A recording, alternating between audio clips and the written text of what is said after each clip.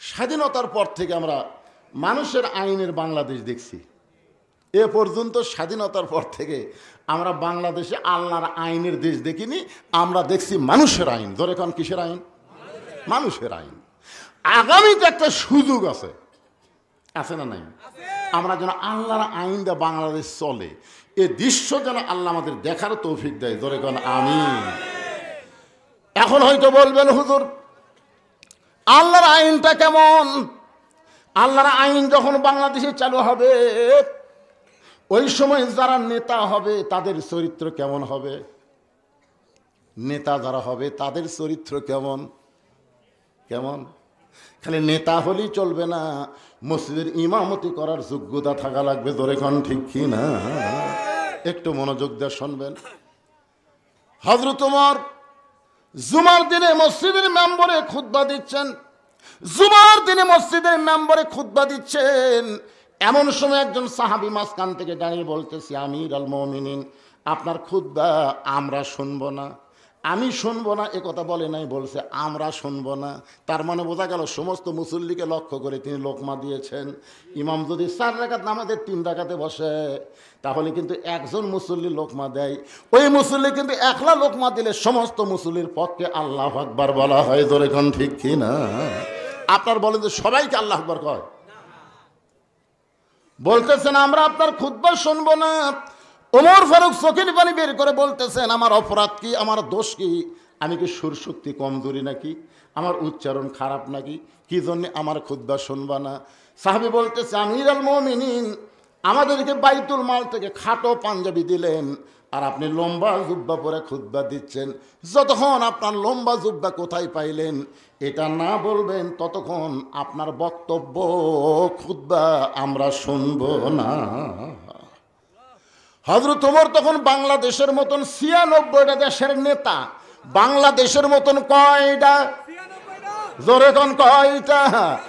অর্ধ পৃথিবীর খলিফা হযরত ওমরের বক্তব্য খুতবা আটকা দিছে একজন সাহাবী। ওমর ফারুক চারিদিকে তাকায়, একটা চামচেও নেই। ওমর ফারুকের পক্ষে একটাও চামচা নেই। এখন ইমাম সাহেব যদি 4 রাকাত নামাজে 3 রাকাতে বসে, আর একটা ভ্যানওয়ালা যদি আল্লাহু আকবার কয়, আর ইমাম যদি মনে করে তুই ভ্যান চলে খাস, তুই নামাজের কি বুঝিস রে, এতদিন 4 রাকাত পড়াছি, আজকে 3 রাকাতে দিয়ে বসে থাকবো, আমি ওট মনে 41 সালের আগে দেখি কি করিস, এই মনে করে যদি ইমাম বসে থাকে, আপনার বলেন তো মসজিদের মুসল্লিরা কার পক্ষে যাবে? নেতার পক্ষে না ভ্যানওয়ালার পক্ষে? কেন যাবে? কেন যাবে? কারণ নেতা যেটা করতেছে এটা নবীর তরিকা নয়, আর ভ্যানওয়ালা যে লোকমা দিয়েছে এটা হলো নবীর তরিকা। আমরা নবীর তরিকায় থাকবো, মানুষের বানানো কোনো তরিকা আমরা মানব, আমরা আল্লাহর আইন মানব, মানুষের কোনো আইন আমরা মানব না। ধরে কোন কথা ঠিক? সমস্ত সাহাবীরা যখন মাথা নিচু করে আছে, এমন সময় 30 পারা কোরআনের হাফেজ, 6 লক্ষ হাদিসের হাফেজ, সুবহানাল্লাহ বলেন না। ওমর ফারুকের ছেলে 30 পারা কোরআনের হাফেজ। 96টা বাংলাদেশের মতন 96টা দেশের প্রেসিডেন্ট খলিফার বেটা হাফেজ রে। আজকে বাংলাদেশে কয়টা এমপির বেটা হাফেজ বার করেন তো? কয়টা এমপি? আচ্ছা, তাহলে অবহেলিত হবেই, অবহেলিত তো হবে। তোমরা নেতাগুলা সব সন্তানকে পড়াবা ইংলিশ মিডিয়ামে, আর গরিবগুলা যারা বাপ মানায় তারা এখন কি করবি? এই মাদ্রাসাত পড়ে, ভিক্ষা করে খাওয়া লাগে, জাগির দিয়ে খাওয়া লাগে। High high high.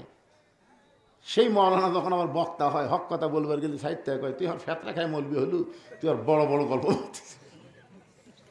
মানে আমাদের সিস্টেমটা এত দুর্বল ভাই।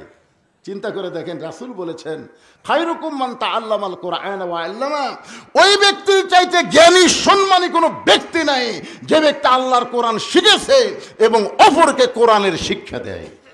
সুবহানাল্লাহ কোন না কেন? নবীর হাদিস। অথচ আজকে দেখেন মাদ্রাসার অবস্থা কি।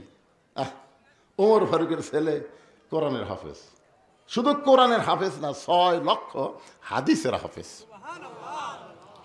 বাবার পাশে দাঁড়ায় বললেন, রে নবীর সাহাবীরা, আমার বাবার লম্বা জুব্বা দেখে তোমরা খুতবা বন্ধ করে দিছ, কিন্তু তোমরা খেয়াল করে দেখো তোমাদের পরনে খাটো পাঞ্জাবি হলো তো তোমরা নতুন পোশাক পরেছ, অথচ আমার পরনে কোনো নতুন কাপড় না।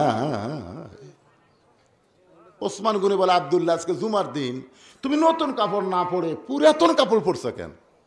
আব্দুল্লাহ বলতেছে, আমি যদি নতুন কাপড় পরতাম তাহলে আমার বাবার জুব্বা লম্বা হতো না। কি বুঝলেন? আমি যদি নতুন কাপড় পরতাম তাহলে আমার বাবার জুব্বা লম্বা হতো না। আমার বাবা যেদিন থেকে মদিনার খেলাফতের দায়িত্ব নিছে সেদিন থেকে দুনিয়ার সব মানুষ ঘুম পাড়ে, কিন্তু আমার বাবার ভাগ্যে ঘুম হয় না। সুবহানাল্লাহ কোন। নেতা হওয়া মোবাইল বন্ধ করে থয়, ভোটের আগে 24 ঘন্টায় খোলা থাকে।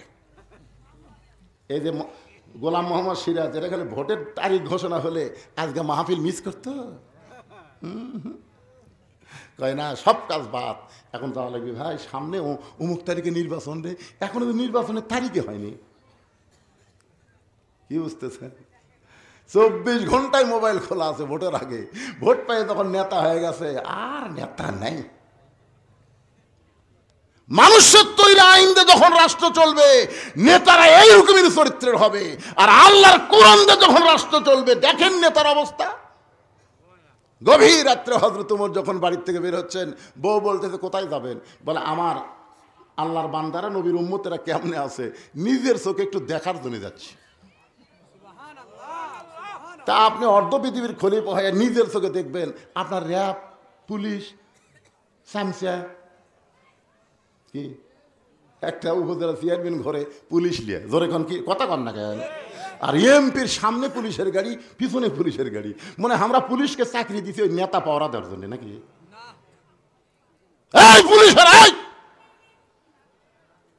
আগে এই 7টা নেতা ধরে তারপরে পুলিশের কাছে গেলে পুলিশ নেতার দিকে তাকায়, নেতা এমন এক চোখ টিভি মারছে আর অনুমতি দিচ্ছে না।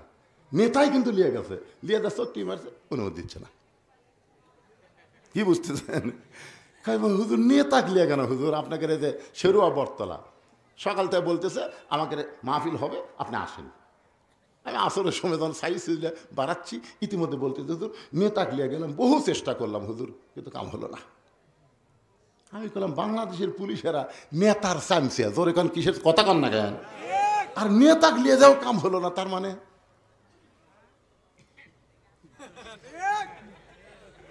কারণ 15.5 বছর প্রত্যেকটা নেতারাই হলো শয়তানের চামচা। জোরে কান কথা ঠিক না?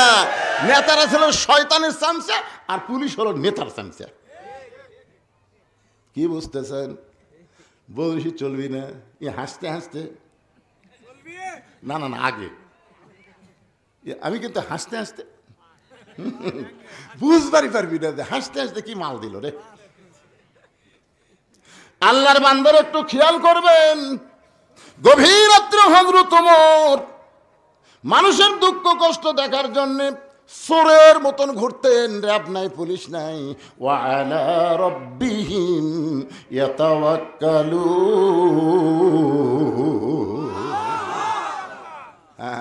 আল্লাহর উপর তাওয়াক্কুল করে ঘুরতেছে। মদিনার মরুভূমির মধ্যে কে যেন তাঁবু টাঙ্গাইছে।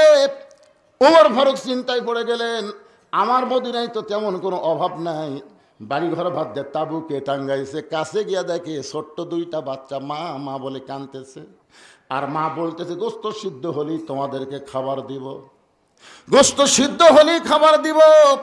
ওমর ফারুক চমকে গেলেন, যদি দুম্বার গোস্ত হয় 8 ঘন্টার বেশি সময় লাগবে না, উটের গোস্ত হলে বড় জোর 1 ঘন্টা লাগতে পারে।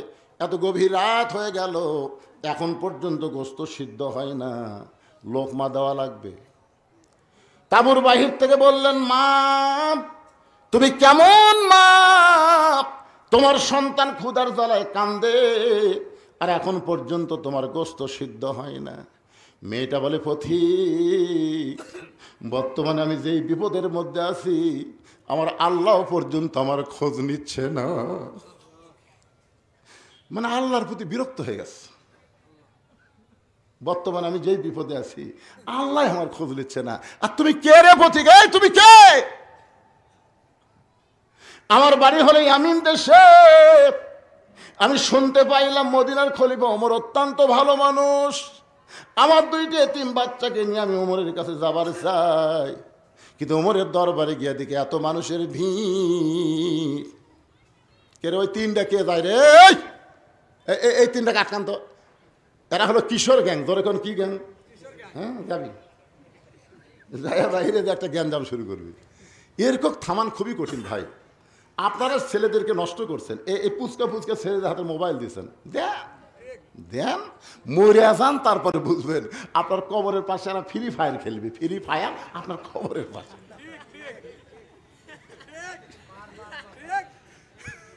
ফেরেস্তা মারমান করবি, আর ফেরেস্তা ওর বাপের উপর খেলে ঠাস ঠাস করে মারবি। আল্লাহ তোর পাতা কি করতে দেয়? তুই বেটা জন্মানো পারিস রে, পাতা জন্মাছো পাতা। এই যে তিনটা গেল, এই তিনটা আসলেই পাতা। কথা কন না কেন ভাই রে? কথা কওয়া লাগবে তো। আশ্চর্য কথা, একজন যদি যাইতো কোনো টেনশন হতো না, কিন্তু তিনটা গেল, কিছু করবি।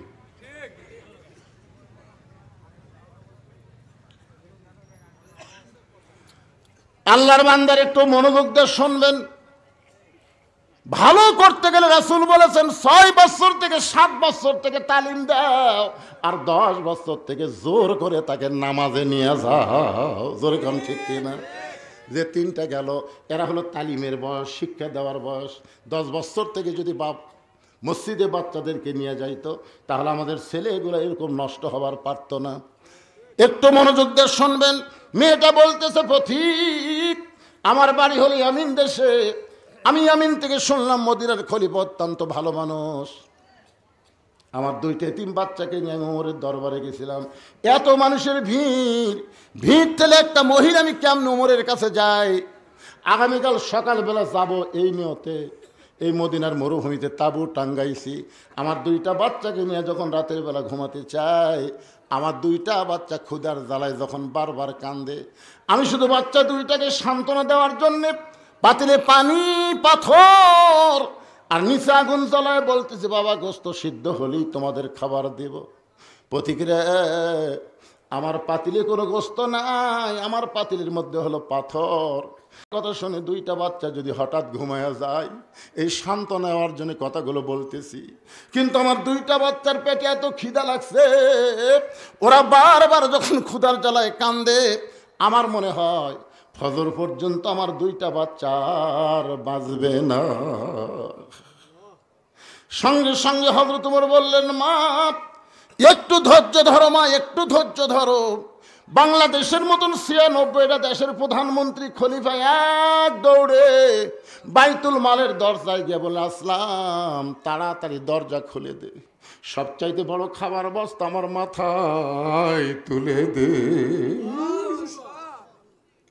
আসলাম বলে, আমির আল মুমিনিন, আমি হলাম আপনার চাকর, কোথায় খাবার বস্তা নিয়ে যাওয়া লাগবে আপনি হুকুম দেন, আমি নিয়ে যাব। ওমর জোর হাত করে বলে, আসলাম রে, একজনের পাপের বোঝা আর একজন কেউ টানবে না, দে আমার মাথায় উঠায় দে। অউলিল আমরি মিনকুমকে মানতে গিয়ে আসলাম ওমর ফারুকের মাথায় যখন খাবার বস্তা উঠায় দেয়, ওমর ফারুক বস্তা মাথায় নিয়ে এত জোরে দৌড়ায়, পিছন দিক থেকে আসলাম বলে, আমির আল মুমিনিন, এত ওজনের বস্তা নিয়ে যদি এইভাবে দৌড়ান আপনি পড়ে কষ্ট হবে। ওমর কান্দের, আসলাম রে, সময় মতো যদি যাবার না পারি, এই ওমরকে আল্লাহ জাহান্নামের আগুন দিয়া পোড়াবে। আল্লাহর ভয়, আত্তাকুল্লাহ হাক্কা তুকাতিহি কারে কয়?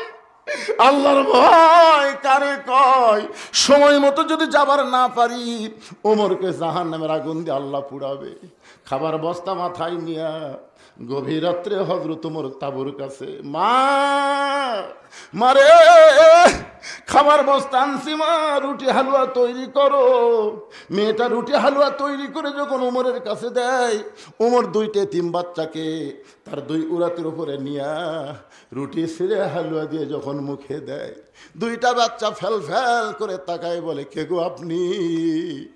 আমরা শিশুবেলায় আমাদের বাবা হারাইছি, আমরা এতিম।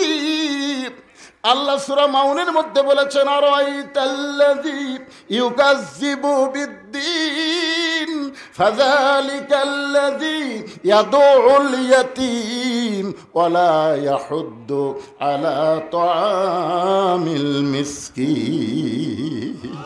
আপনি কে গো এই গভীর রাত্রে বাবার চাইতে বেশি দরদ দিয়ে আমাদের আদর করতেছেন? আপনি কে গো?